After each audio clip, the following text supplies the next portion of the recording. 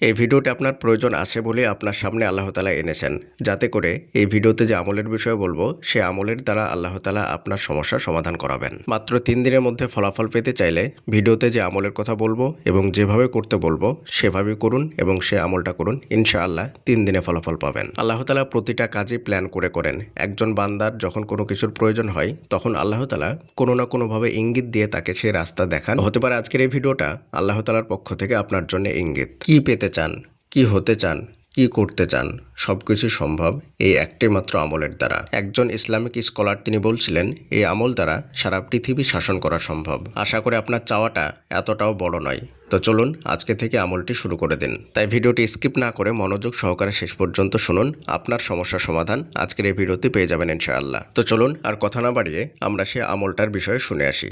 প্রথম বিষয় হলো আপনার একটা সমস্যা আছে, এটা 100%। সমস্যাটা আমি জানি না, এটা নিশ্চিত। হয়তোবা আপনার ফ্রেন্ড সার্কেল বা আপনার আপনজনদের মধ্যেও কেউ জানে না, কিন্তু একজন জানেন, আর তিনি হচ্ছেন আল্লাহ সুবহানাহু ওয়া তাআলা। তাকে হয়তো আপনি বলেছেন অথবা বলেননি। আপনি তাকে বললেও তিনি জানেন আর না বললেও তিনি জানেন, কারণ তিনি হচ্ছেন আলিমুল গায়ব, তিনি অন্তরের খবর জানেন। আমরা যখন কোনো সমস্যায় পড়ি আল্লাহকে জানানোর আগেই আল্লাহ তাআলা আমাদের সেই সমস্যার বিষয়ে জানেন, যার কারণেই আল্লাহ তাআলা আমাদেরকে বিভিন্নভাবে ইশারা ইঙ্গিত দিয়ে পথ দেখান, রাস্তা দেখান। সেই সমস্যাটা কিভাবে সমাধান হবেন সেটা তিনি দেখা দিয়ে থাকেন, সে যত ভালো মানুষই হোক না কেন, যত খারাপ মানুষই হোক না কেন, কারণ এটা হচ্ছে আল্লাহ তাআলার কুদরতি নিজাম। আল্লাহ তাআলার কুদরত তাকে রাস্তা দেখাতেই থাকে। যদি সেই ব্যক্তি বুদ্ধিমান হয় তাহলে সে সেই রাস্তাটা দেখে তার সমাধানটা করে নেয়, আর যদি সে খুব বেশি অস্থির হয়, খুব বেশি একে অপরকে দোষারোপ করে এবং সেই রাস্তাটা দেখেও না দেখার ভান করে, আর শেষ পর্যন্ত তার সমস্যার সমাধান হয় না, তখন সে এই আমল একবার করে, সে আমল একবার করে, কি করবে আর ঠিক পায় না।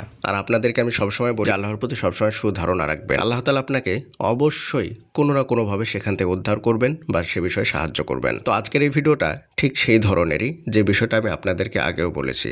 প্রথমেই কথাগুলো বললাম কারণ যে বিষয়টা বলবো বা যে হাদিসটা বলবো বা যে আমলের বিষয়ে বলবো, সেটা আপনারা এই কথাগুলো না বুঝলে বুঝতে পারবেন না। সে আমলটা এতটাই পাওয়ারফুল আমল, এতটাই পাওয়ারফুল আমল, এই আমলের দ্বারা পৃথিবীর যে কোনো কাজ করা সম্ভব। যে কোনো মানে যে কোনো কাজই সম্ভব। আর আপনি যদি তাদের মধ্যে একজন হয়ে থাকেন যে এমন একটা অসম্ভব কাজ সম্ভব করতে চাইছেন যেটা একদমই অসম্ভব, তাহলে এই ভিডিওটা একদমই আপনার জন্যে। চলুন প্রথমে আমরা হাদিসটি শুনে আসি।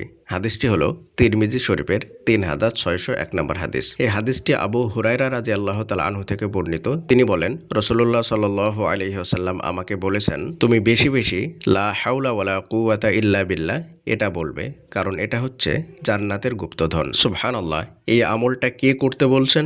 স্বয়ং রাসূলুল্লাহ সাল্লাল্লাহু আলাইহি ওয়াসাল্লাম। এটা আমি বলছি না, স্বয়ং রাসূল সাল্লাল্লাহু আলাইহি ওয়াসাল্লাম বলছেন। তিনি যেভাবে বলেছেন আমি আপনাদেরকে সেভাবে বললাম। তাহলে আমলটা আমরা কার কাছ থেকে পেলাম? পৃথিবীর শ্রেষ্ঠ মানুষের কাছ থেকে আমরা আমলটা পেলাম। এবং কাকে করতে বলছেন? একজন শ্রেষ্ঠ সাহাবা, যাকে সকলেই চেনে। এবং তিনি শুধুমাত্র সেই সাহাবাকেই বলেননি, বরং সেই সাহাবার মাধ্যমে সারা পৃথিবীর সকল মানুষের জন্য এই আমলটা বলেছেন। আপনার জন্য বলেছেন, আমার জন্য বলেছেন, সকলের জন্য বলেছেন। এবার চলুন আমলটা কিভাবে করবেন সেটা একটু বলি আপনাদেরকে। তো বিষয় হলো এই আমলটা আপনি কিভাবে করবেন, আর কখন করবেন, আর কতবার করবেন। তো চলুন আপনাদেরকে আমি স্টেপ বাই স্টেপ বলি, যাতে অল্প সময়ে এই আমলটা অধিক পরিমাণে করতে পারেন এবং যারা ব্যস্ত আছেন তাদের জন্য এই আমলটা অনেক সুবিধাজনক হয়। প্রথম বিষয় হলো আমাদেরকে জানতে হবে যে আমলের জন্য সর্বশ্রেষ্ঠ সময় কোনটা। আমলের জন্য সর্বশ্রেষ্ঠ সময় হলো সকাল এবং সন্ধ্যা। অর্থাৎ আল্লাহ তাআলা কোরআন মাজিদের মধ্যে বলছেন কবলা তুলুইশ শামসি ও কবলা গুরুবিহা, অর্থাৎ সূর্য ওঠার আগে এবং সূর্য ডোবার আগে। এটা হয়তো আপনারা আমাদের আগের ভিডিওতে শুনেছেন এই আমলের বিষয়ে। মানে আমলের জন্য সর্বশ্রেষ্ঠ সময় কোনটা সেটা আমরা ওই ভিডিওতে আলোচনা করেছিলাম, তো ওই বিষয়ে আর বেশি কিছু আলোচনা করছি না। জাস্ট আপনাদেরকে বলে দিলাম যে সূর্য ওঠার আগে এবং সূর্য ডোবার আগে এই দুটো সময় হচ্ছে সবচাইতে গুরুত্বপূর্ণ সময়। এবং আরও একটা সময় আছে, সেই সময়টা হলো রাত্রে ঘুমানোর সময়। তো এই তিনটে সময়কে আপনারা ধরে রাখুন। আপনি যতই কাজে ব্যস্ত থাকুন না কেন, আপনি যেই কাজই করুন না কেন, আশা করি ইনশাল্লাহ এই দুটো সময় একটু করে হলেও পারবেন। মানে ফজরের পর থেকে নিয়ে সূর্য ওঠা পর্যন্ত এই সময়ের মধ্যে আশা করি ইনশাল্লাহ আপনি ফ্রি থাকবেন। এই সময় কোনো কাজ থাকে না সাধারণত মানুষের। তো এই সময়টাকে আপনি নির্বাচন করুন। এই সময়টা মূলত প্রায় 1 ঘন্টা থাকে বা 1 ঘন্টার বেশিও থাকে কখনো কখনো। এবার অনেকেই বলবেন যে আমরা আগে যে আমলের বিষয় বলেছিলাম, যেমন ইস্তেগফার, দরুদ শরীফ, তো এই আমলগুলো হয়তো আপনারা করছেন বা আপনিও করছেন এই সময়ের মধ্যে, তাহলে কি করবেন?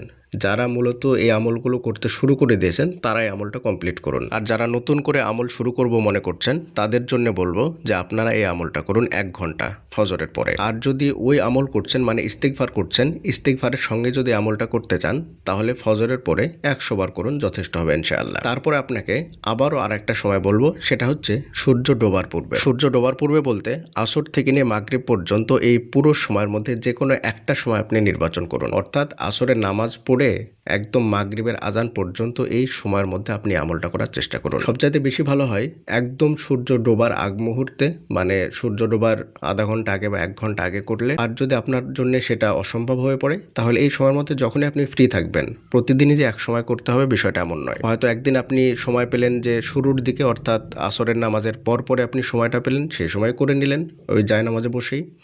আসরের সালাত আদায় করলেন, করার পরে আপনি এই আমলটা করে নিলেন। অথবা আপনি হাঁটতে চলতে আপনি কোথাও যাচ্ছেন, সেই সময়ের মধ্যে আদায় করে নিলেন। আবার কোনোদিন সময় পেলেন একদম মাগরিবের আগে একটু আগে করে বসে গেলেন। আপনি যদি বোন হয়ে থাকেন, অর্থাৎ আপনি যদি বাসায় সালাত আদায় করেন, তাহলে জায়নামাজটা বিছিয়ে আধা ঘন্টা আগেই মাগরিবের নামাজের জন্য বসে গেলেন এবং বসে আমলটা করতে শুরু করে দিলেন। আর আপনি যদি ভাই হয়ে থাকেন তাহলে আধা ঘন্টা আগে আপনি মসজিদে চলে যান মাগরিবের সালাতের জন্য, গিয়ে মসজিদের এক কোনায় বসে আমলটা শুরু করে দিন। এই যে আসরের পরে অর্থাৎ মাগরিবের আগে এই সময়টাতে এই আমলটা আপনি কতবার করবেন? এই সময় আপনি 1 ঘন্টা করার চেষ্টা করুন। 1 ঘন্টাতে আপনি মোটামুটি কতবার পারবেন সেটাও বলে দিচ্ছি। মোটামুটিভাবে আপনি 2.5 থেকে 3,000 বার এই আমলটি করতে পারবেন। আর যদি খুব সুন্দরভাবে আস্তে আস্তে করেন তাহলে 2,000 বার, তার চাইতে একটু বেশিও হতে পারে। তাহলে 1 ঘন্টায় আপনি 2,000 বারে আমি ধরলাম, 2,000 বার যদি করতে পারেন তাহলে দিনে 3 ঘন্টা সময় আপনাকে দিতে হবে। 3 ঘন্টা যদি আপনি সময় দেন তাহলে 3 ঘন্টা আপনি 6,000 বার এই আমলটি করতে পারবেন। যদি আপনি 6,000 বার এই আমলটি করেন তাহলে ইনশাআল্লাহ আপনার জন্য যথেষ্ট হবে। আবারও আমি আপনাদেরকে একটা কথা স্মরণ করে দিচ্ছি যে আপনারা এইটা ভেবে নেবেন না যে 6,000 বারই করতে হবে, এর চাইতে কম করলে হবে না বা বেশি করলেও হবে না। বিষয়টা আমি আপনাদেরকে তেমনটা বলছি না। জাস্ট আপনারা অল্প সময়ে অধিক পরিমাণে আমলটা কিভাবে করতে পারবেন আমি আপনাদেরকে সেটাই বোঝাচ্ছি, একটা রাস্তা দেখাচ্ছি। কারণ এই হাদিসের মধ্যে বলা আছে বেশি বেশি, অর্থাৎ বেশি কত বেশি সেটা বলা নেই।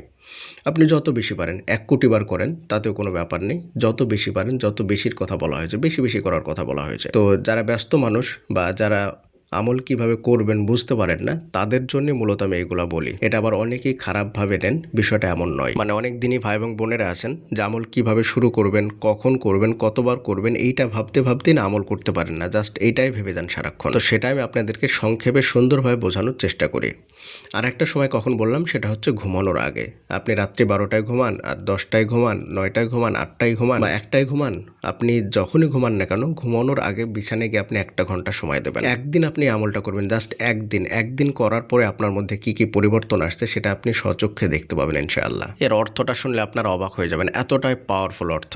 চলুন অর্থটা আপনাদেরকে বলি। এর অর্থ হলো আল্লাহর সাহায্য ছাড়া কোনো উপায় নেই এবং আল্লাহর শক্তি ছাড়া কোনো শক্তি নেই। অর্থাৎ আপনি নিজেকে একদম পরিপূর্ণভাবে স্যালেন্ডার করেন আল্লাহর সামনে। আর সত্যি নেই, আমাদের কি ক্ষমতা আছে বলুন তো? যখন আপনি পরিপূর্ণভাবে ইয়াকিনের সহিত, বিশ্বাসের সহিত নিজেকে আল্লাহর সামনে শপথ করে দেবেন, স্যালেন্ডার করে দেবেন, নিজের অপারগতা আল্লাহর সামনে স্বীকার করবেন, নিজের দুর্বলতা আল্লাহর সামনে স্বীকার করবেন, তখন অবশ্যই আল্লাহ তাআলা আপনাকে সাহায্য করবেন। এই দোয়া এতটাই পাওয়ারফুল দোয়া, এই দোয়ার দ্বারা সারা পৃথিবী শাসন করা সম্ভব।